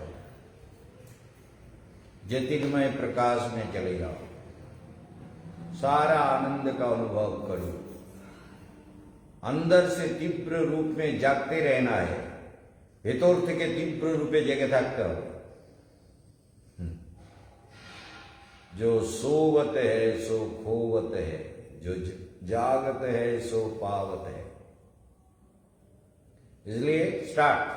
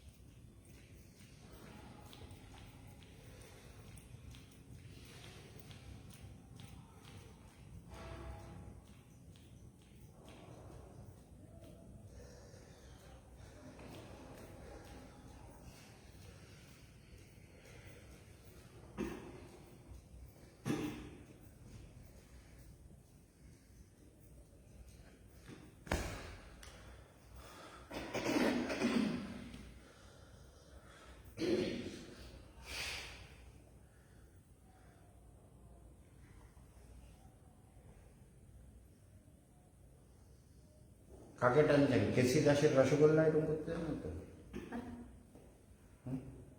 ওটা কোনো না, আরেকবার করতে হবে। আর একবার।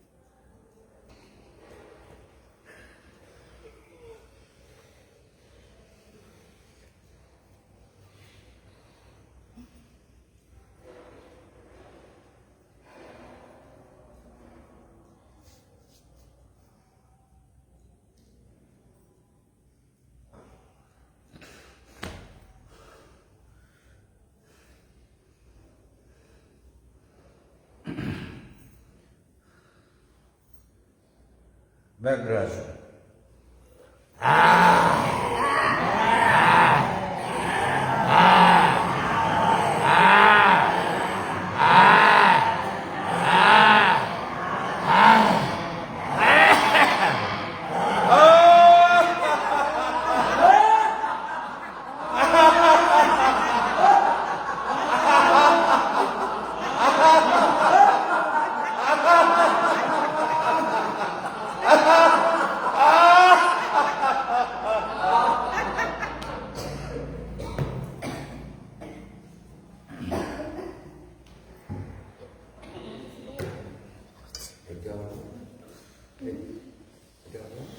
কোনটা? ওটা দাঁড়াই করতো। সব দিকে বসবে না, করবে না। এটাকে নিয়ে যেতে হবে। ভুলে গেছে, ভুলে গেছে, সব ভুলে গেছে। ভুলে মানে কেসি দাসের রসগোল্লার কথা মনে পড়তে হবে। বাহ, ভুলে গেছে করে নিয়ে যাচ্ছে, করবো না।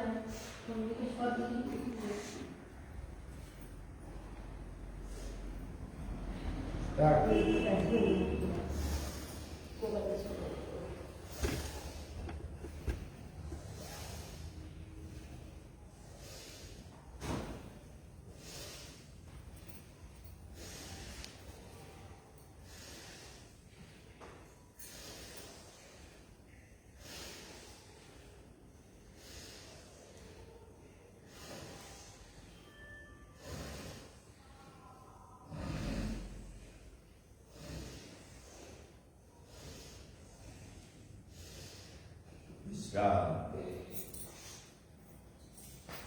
सूर्य प्रणाम मुद्रा।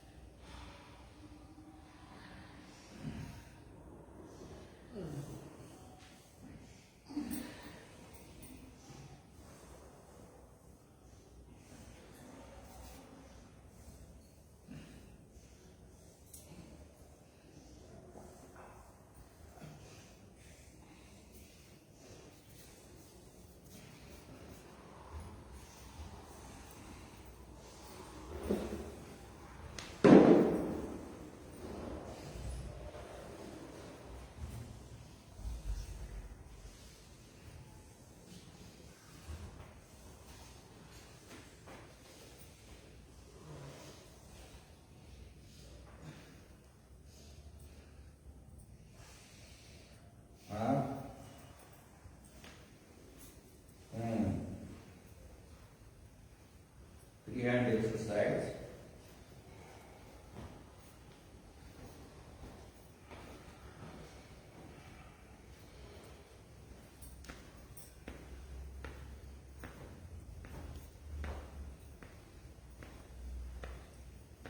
मुष्टि व्यायाम।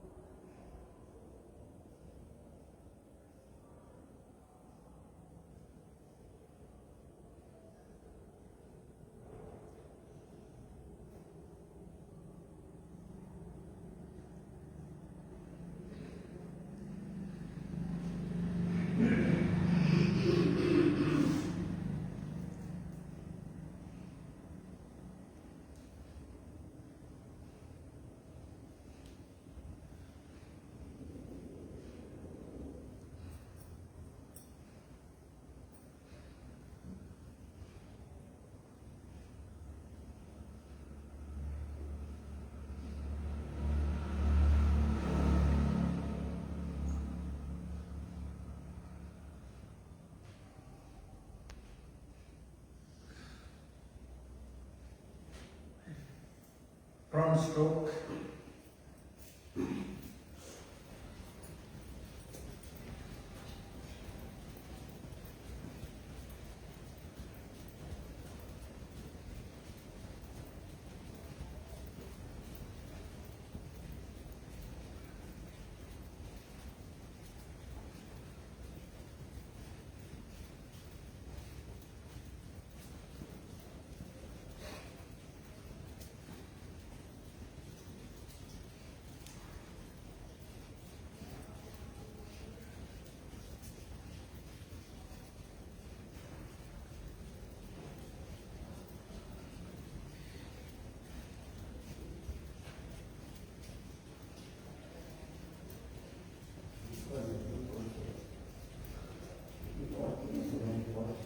Backstroke.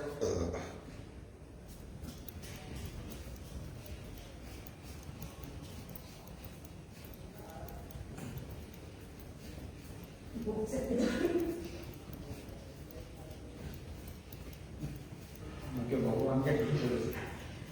Bawaannya nanti gila.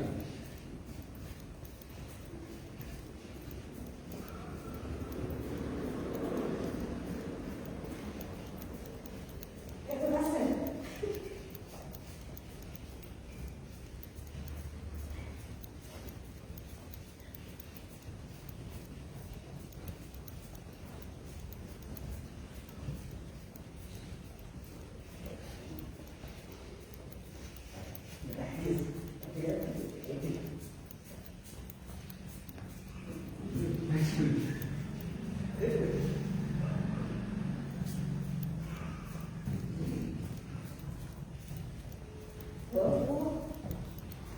Bisa.